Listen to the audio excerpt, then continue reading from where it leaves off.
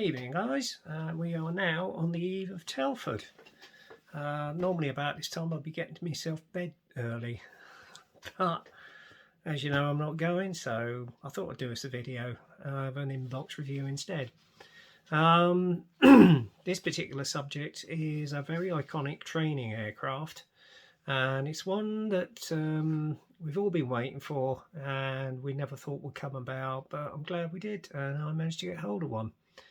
A lot of you former air cadets would have had an experience flight in this particular well-known classic. It was used throughout all the, well, it was used in the Royal Air Force, the Royal Naval, Fleet Air Arm, and also in the Army Air Corps. I think there's one or two in a few Air Force units still in use. But the Navy and the Army Air Corps have long since retired theirs, and those that are left are now on the Civil Register. In fact, I caught one on my radar flight app the other week, which is actually registered at White Waltham, which is virtually over the other side of Maidenhead from me.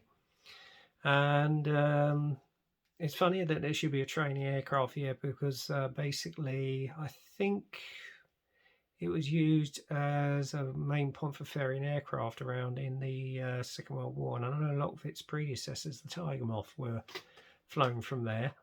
And not far from here, over in Chobham, is Fair Oaks, which used to be an actual World War II training base for Tiger Moths, which were based there.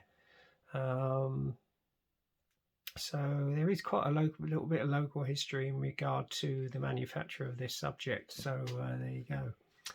And it first flew around about 1946, and it was actually designed by Dehavilland in Canada, who equipped it with the Canadian Air Force with it, and it proved very successful.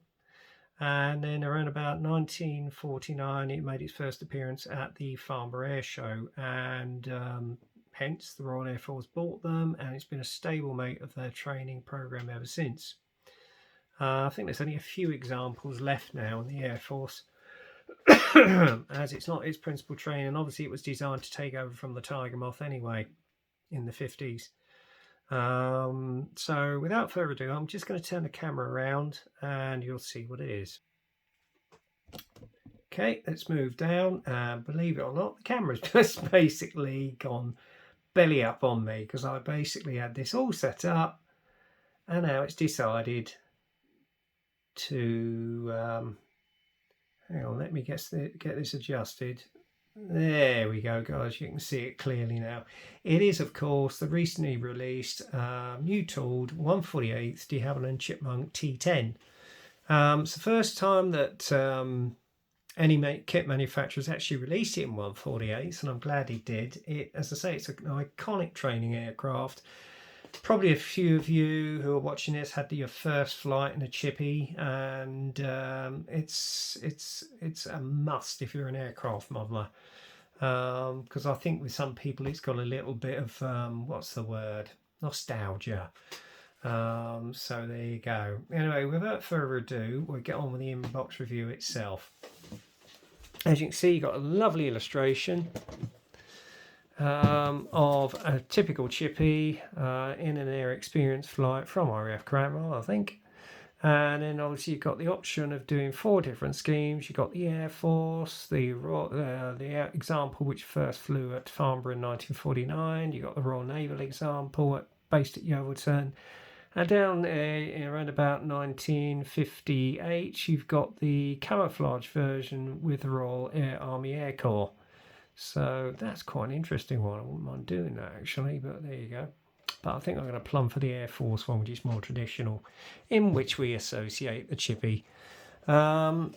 As I say, it comes in 148th. The kit number, if you want it, is A04105. That's A04105. And this will go beautifully with their Tiger Moth they released around about a year or two ago. In fact, I've got a good mind to get hold of that one as well.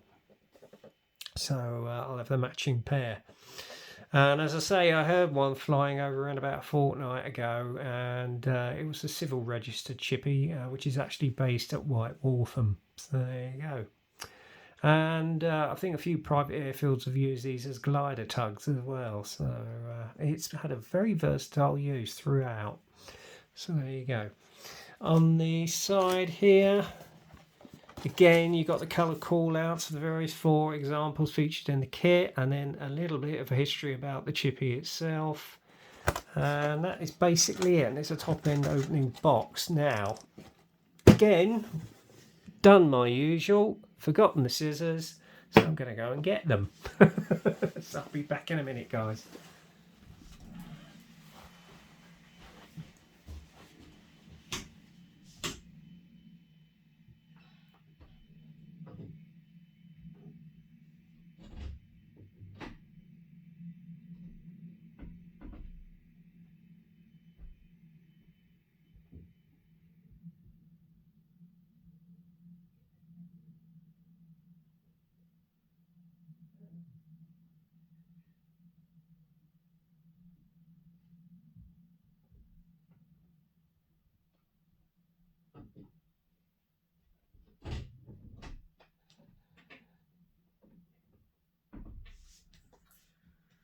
Right, I managed to find it quite quickly this time.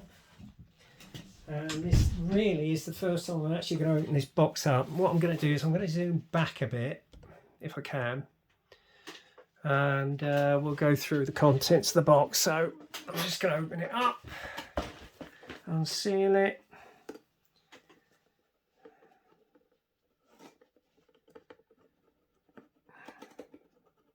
Very carefully. Because it's been sitting under my bed for about 2 months now. So, right.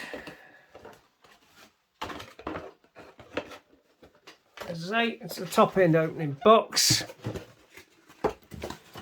You've got 1 bag of sprues as usual with Airfix.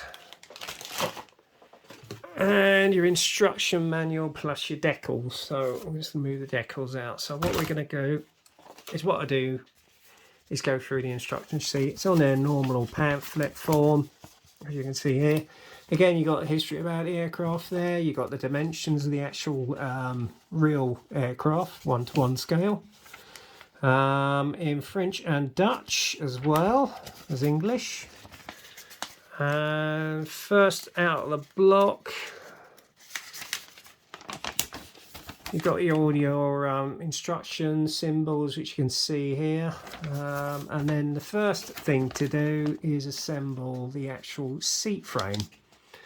So that's that. And then you put the cushion on, which you can see there. And then you've got the rear seat frame, again, adding the cushion.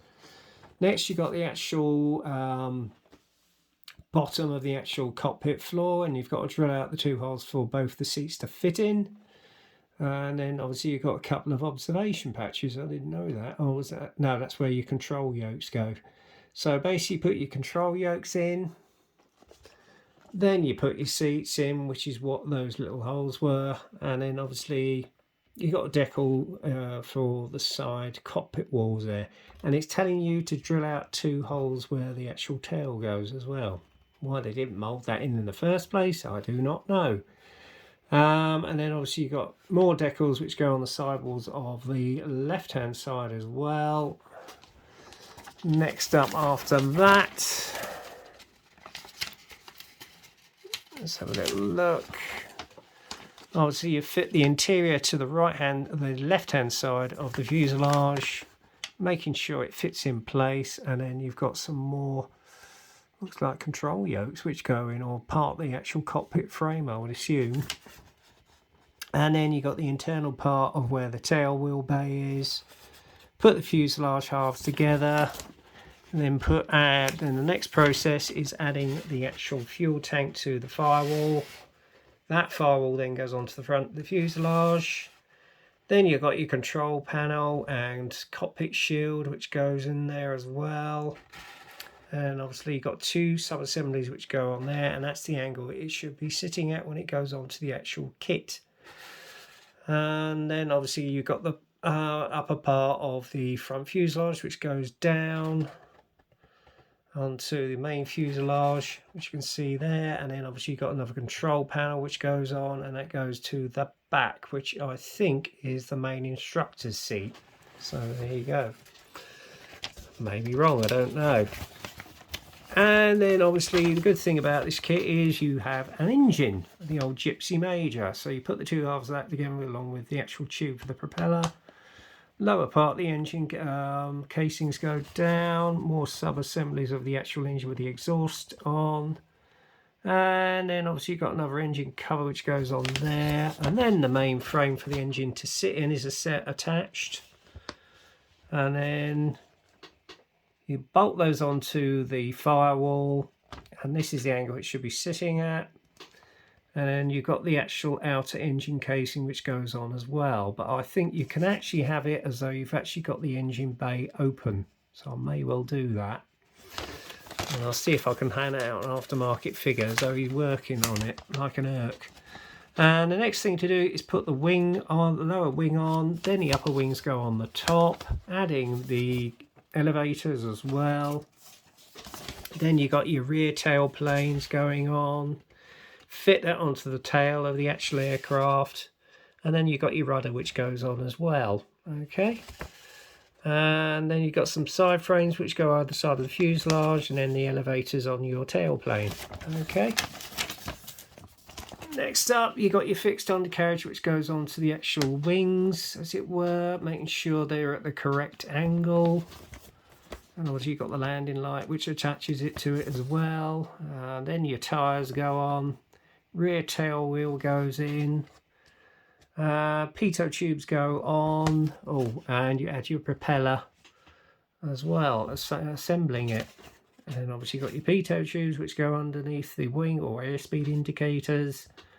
And I think you're near the end there. And then there's another little sub-assembly which goes onto the back of the fuselage. Again, you can have the option of having the engine bay open, which I probably will have one side open. And what's next? Oh yeah, you've got your front windscreen which goes on with the windscreen wiper, or part of the internal airframe. And then there's part of the actual, looks like the headrests which go on. And then you've got the sub-assemblies of the cockpit panel. Overhead cockpit panel goes on, canopy goes on, your pilots go in if you want them in. I probably won't. You can have the canopy open or closed. So there you go. And that is your Chippy all built. Right, colour call outs. First one is WB585, or in its civilian register GAOSY, in the colours of the 2nd Flying Training School, restored by Vintage Aero Fabrics, Audley End Airfield, Saffron Walden, Essex, England 2020. So there you go, and that's probably the scheme that I will actually build this in. Okay, and next up after that, if I can get to the page, you've got the one that was actually shown at the Farnborough Air Show, the first T10, in the original trainer markings of silver and yellow bands, as it were, with the anti-flare black panel. And this is WB549, the first British Chipmunk displayed at Farnborough in 1949. Now that would be an interesting subject to do as well. And then finally, or penultimately, you have this interesting example. Now that is another option I might take up.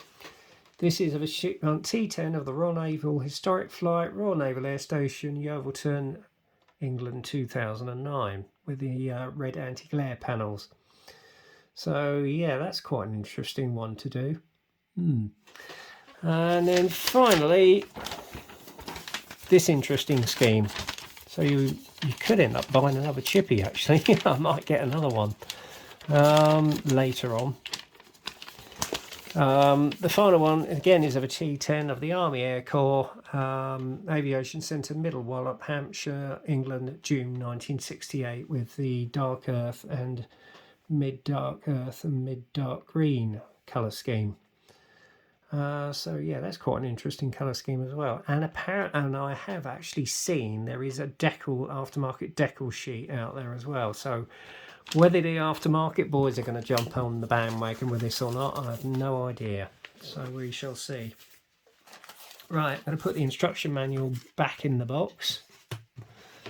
And then we get to the most interesting part, which is the actual kit itself. So what I'm going to do is quickly open it with the scissors, and then we go through each sprue piece by piece. Right.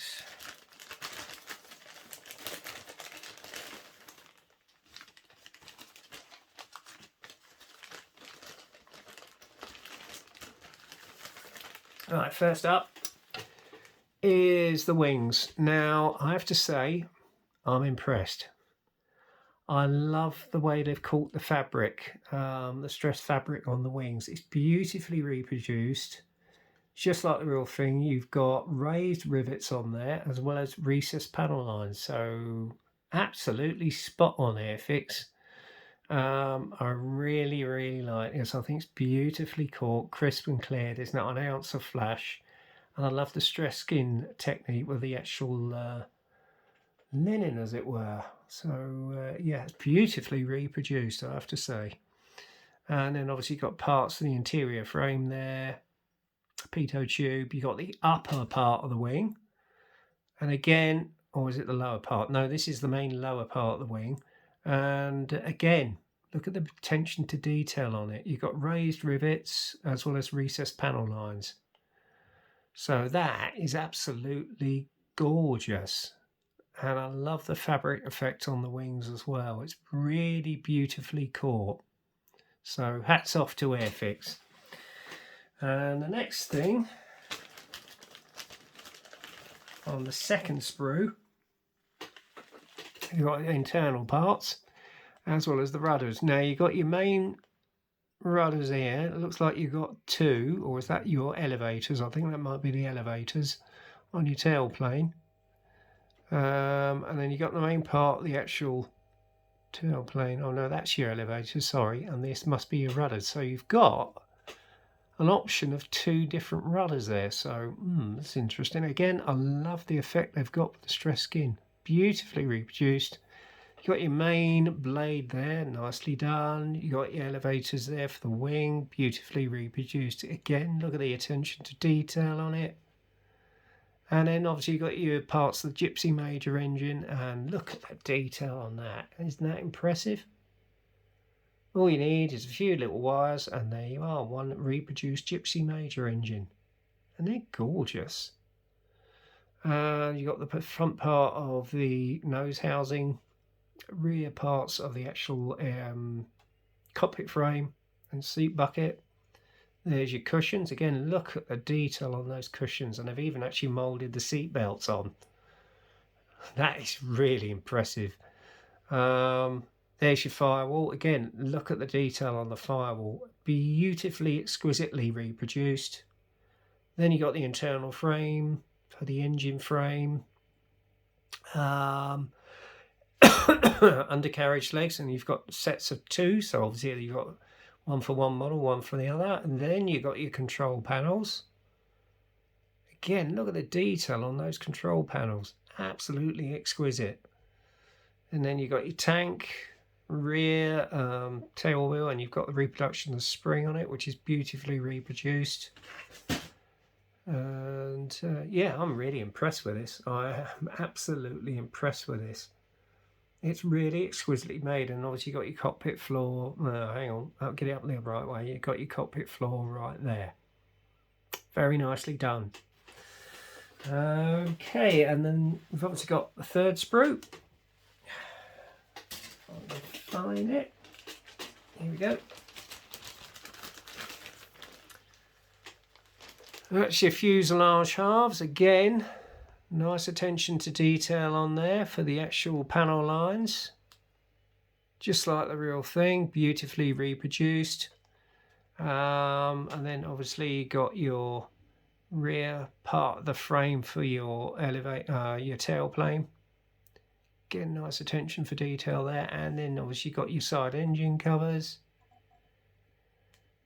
pitot tubes, latches, and control yoke. There we go. I can't see another one there, which is surprising. Do not tell me this kit has only got one control yoke.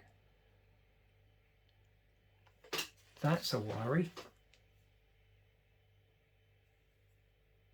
No, I've found it. I've found it, guys. Yeah, there's your two control yokes right there. So they're okay. We're okay. I was panicking for a minute, and obviously you got your cockpit hood.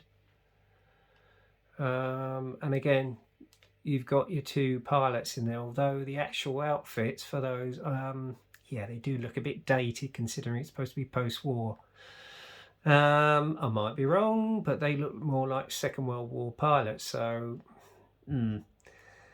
I think it's just as well I'm not going to put any crew in there.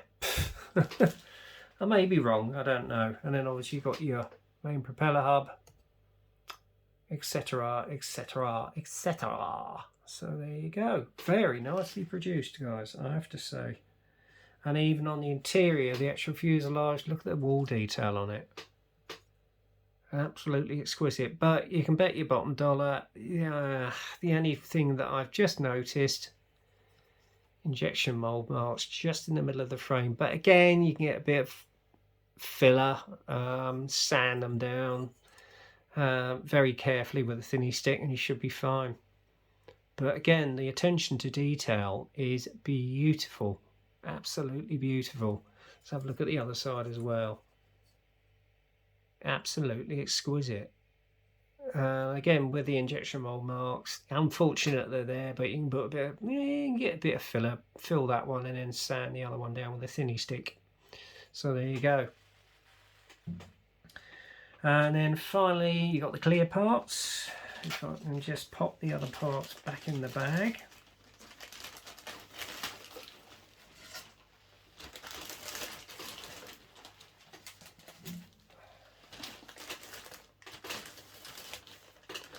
Are we going to get these out? No, I'm not going to get these out of the bag. But again, nice and clear, nice detail there. And I'm sure Edward or somebody's going to bring out cockpit masks for this. So but even if you try to mask it yourself, easily done, because you've got such a level of detail on these. It's really nicely done. So there you go. And then finally, let's have a look at the decals. I can only assume these are actually produced by Cartograph. You've got some nice stencil detail there.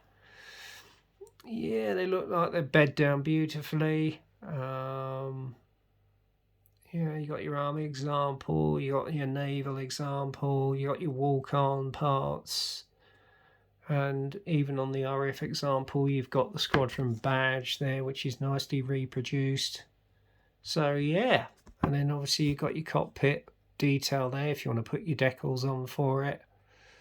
So yeah, very nicely done indeed.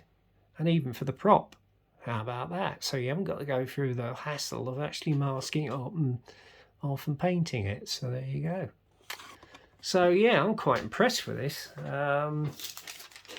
Airfix are certainly getting up there, guys. They're really up their game ever since they brought in this new technique of CAD scanning the original thing and doing CAD drawings, etc.